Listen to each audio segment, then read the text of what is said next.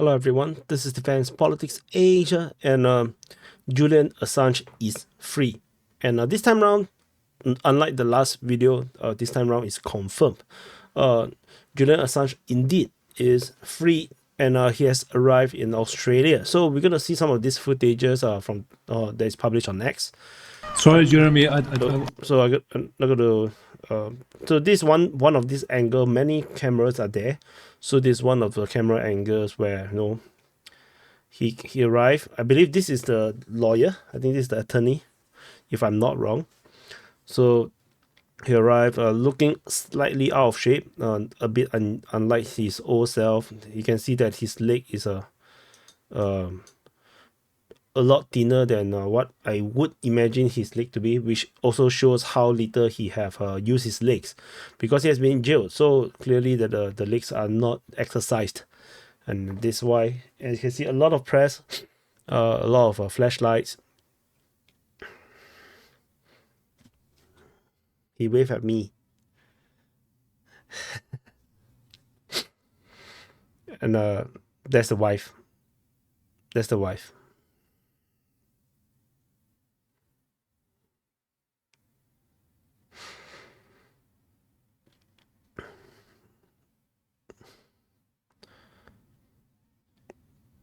So this angle is a bit further.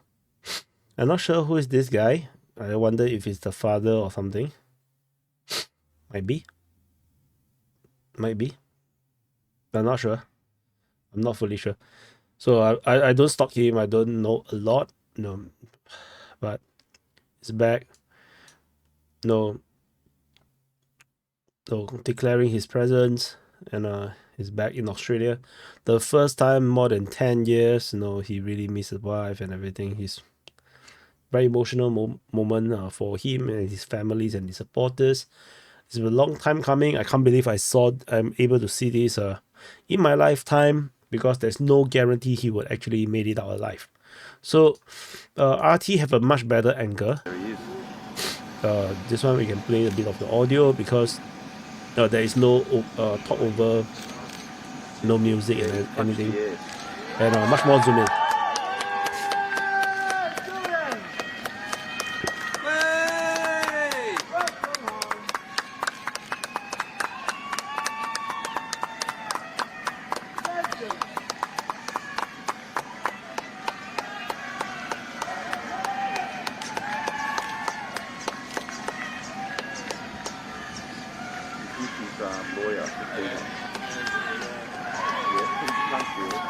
A lot of support. You can hear a lot of support for him.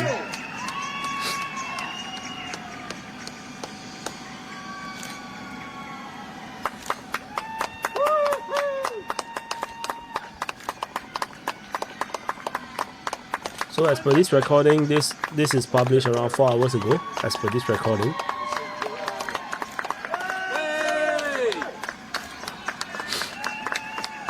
So you can clearly see this is a different angle from the previous one you saw.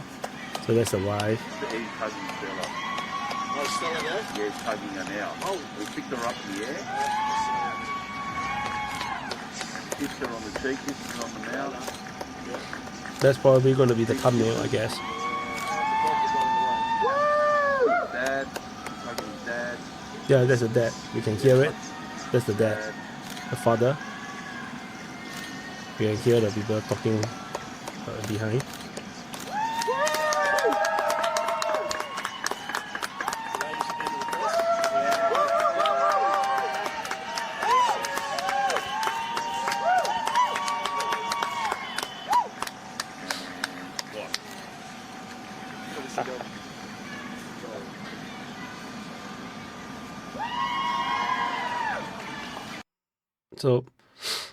So there are more footages. So this is slightly earlier, when Julian Assange just arrived in New Caledonia at Saipan.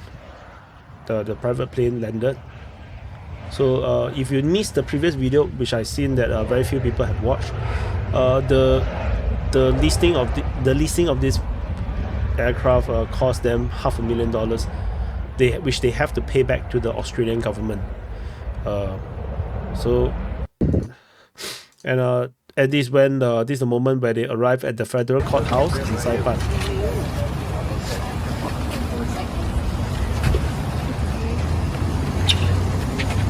This is the wife, Stella Assange, posted this. Mr. Assange, any comment? Julian, how are you feeling? I don't think he's gonna comment. It's a courthouse. You prefer the one in here to the one that... Mr. Assange, any comment to your supporters out there?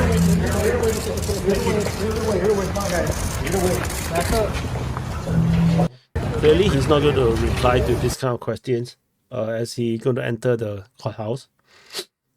Such questions probably will be entertained to know when he's out. And this is the moment where he's out.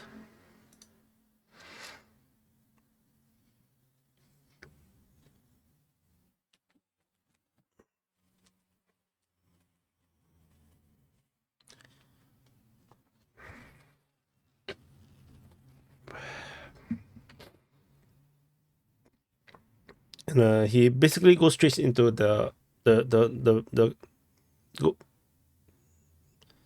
so basically just go straight into the vehicle. So so this is the moment he hugged the lawyer. So the hugging his lawyer, Jennifer Robinson, the Australian ambassador to US, Kevin Root, is in the background. So happy times, emotional. So according, this photo is by The Guardian, and is claimed to be most likely after the court case has been concluded. So that's why it's a happy times here. Amazing photo.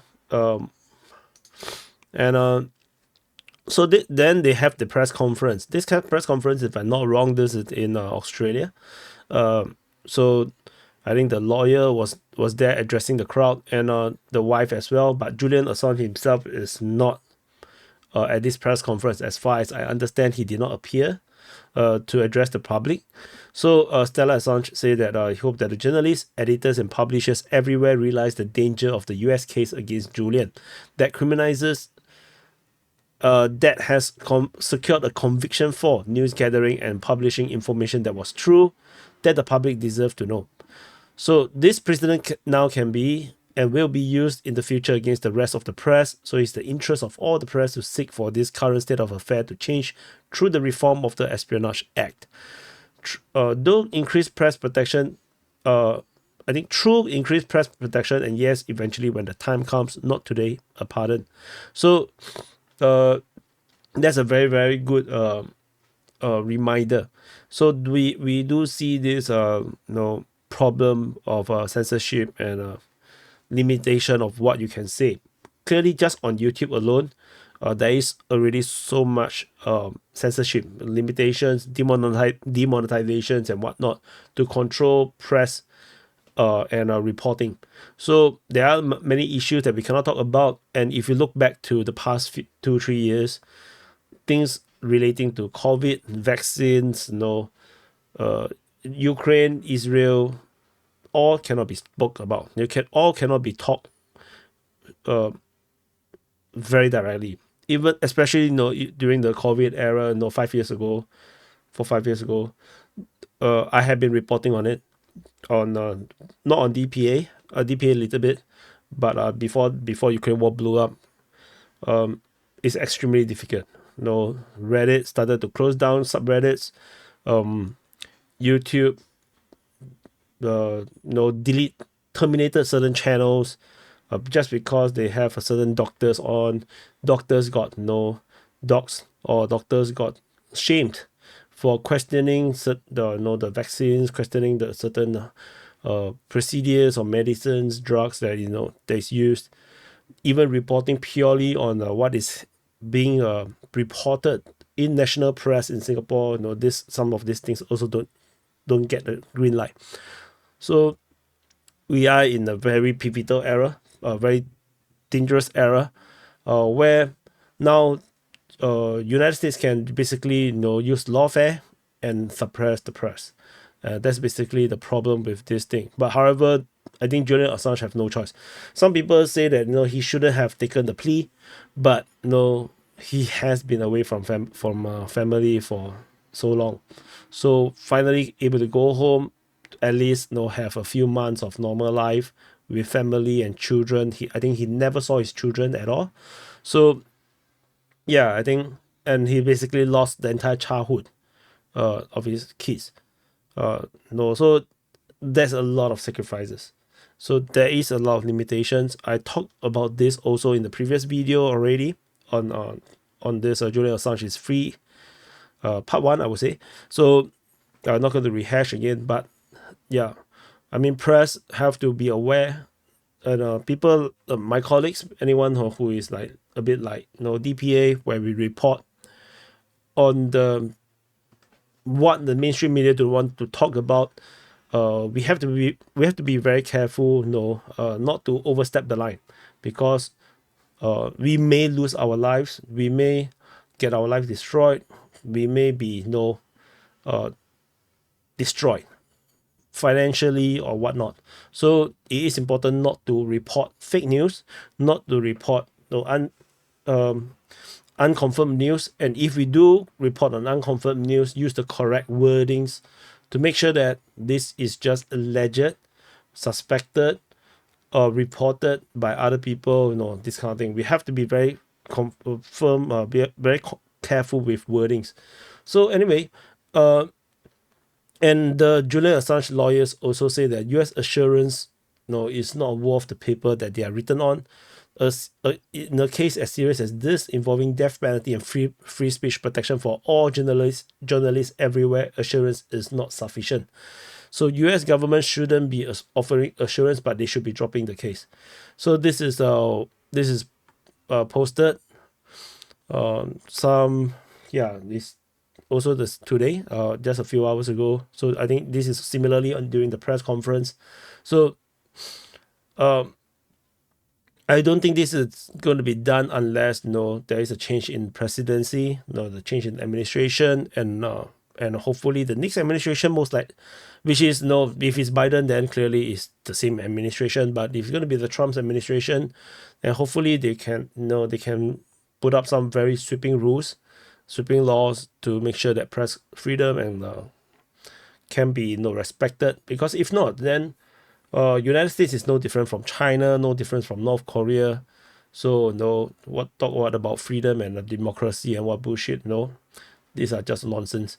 So interestingly is the Prime Minister of Australia has welcomed Julian Assange home. Although I felt a bit disgusted because Australia did not waive or pay for Julian Assange airplane charter of the plane to Saipan and from Saipan to Australia. So he pleased to talk to him, but didn't have to pay for the airplane. That's a bit very politicking. So anyway, he talked about a lot of stuff. He said that this homecoming is a long-running legal process. So he made his appreciation to the United States and UK for the efforts. And as Prime Minister, regardless of what anyone thinks of Julian Assange activity, he said that the case has dragged on for too long. So Anthony Albanese said that he is clearly and consistently at every opportunity and level advocated for Assange case to be concluded. So this is accumulation of careful, patient, and determined work. So another example of why matured, calibrated, and consistent engagement is the best way to get results in Australia's national interest. So clearly, I don't know enough of how much effort and influence he have on this case to be concluded, but I suspect that most likely it has more to do with I think it has more to do with the coming presidential election. Joe Biden probably is trying to do something to try to get this off the table, try to get this not becoming a talking point, and maybe even claim credit to free Julian Assange. Could be. But clearly this is just a half measure, because Julian Assange ultimately have to admit that he conducted espionage. So this is going to be a lingering record, and I got a feeling that this will ban him from the United States. So I don't think Julian Assange can enter United States with this admittance of espionage claim. So he will forever be banned from United States.